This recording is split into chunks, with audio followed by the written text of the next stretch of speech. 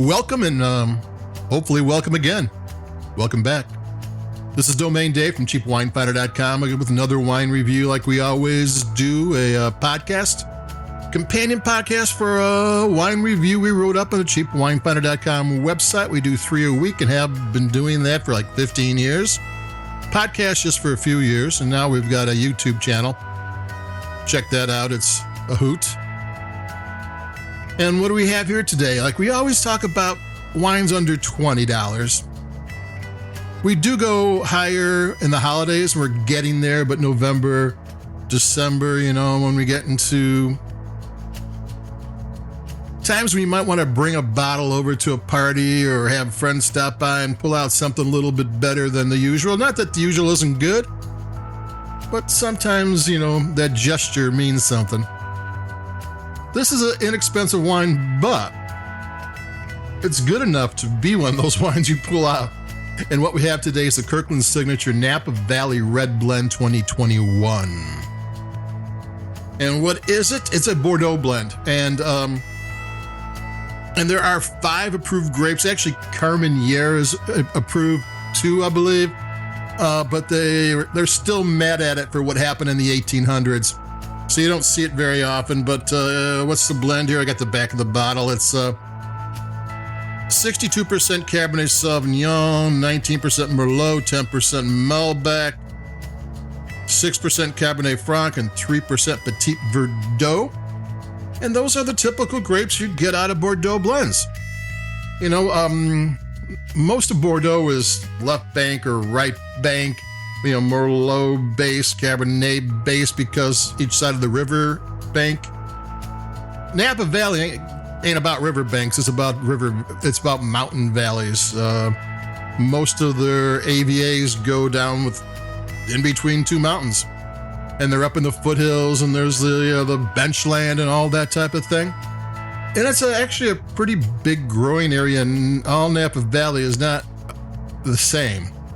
I went to a tasting one time, and some of the original people there from the benchland, who they believe, and they're probably right because they know what they're doing, that's the real Napa Valley. And there's other places that maybe not that came along, Johnny-come-latelys, who just plant in other areas. Not that any of the areas there are bad. This is big money. They don't play games. But not everything in Napa is the greatest there ever was. But there are places that are really, really good.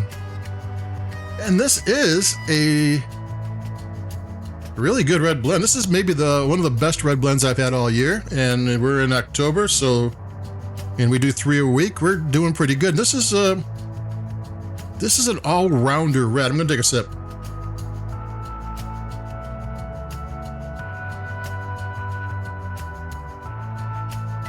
It's got smoothness and depth, and it's got really good flavor. I was thinking, a lot of times these Napa wines are wines that you would pair with like a good steak or, a good cut of meat.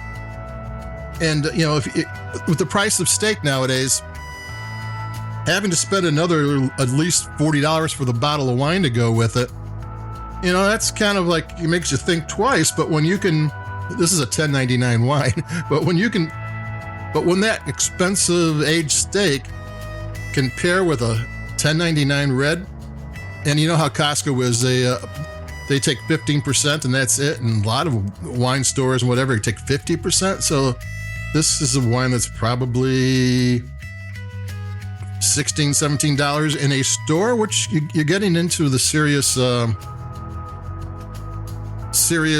good wines. And plus, since they pay up front, you get another, this could be this $10.99 wine, and I'm just coming up with things here, but it could be the equivalent to maybe like around a $20 retail store wine because you're getting the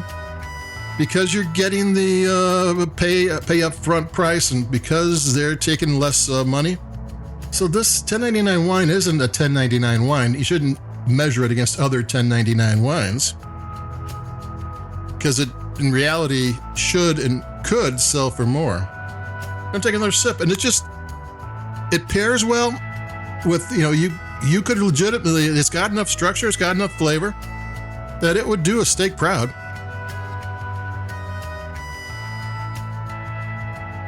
And sometimes food that, will pair well with the heavier food doesn't sip well.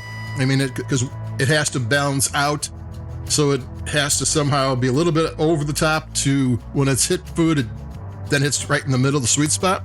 But this one does both well. It sips fine, and it's calling out for, and you could do burgers, you could do pizza, you could do Chipotle.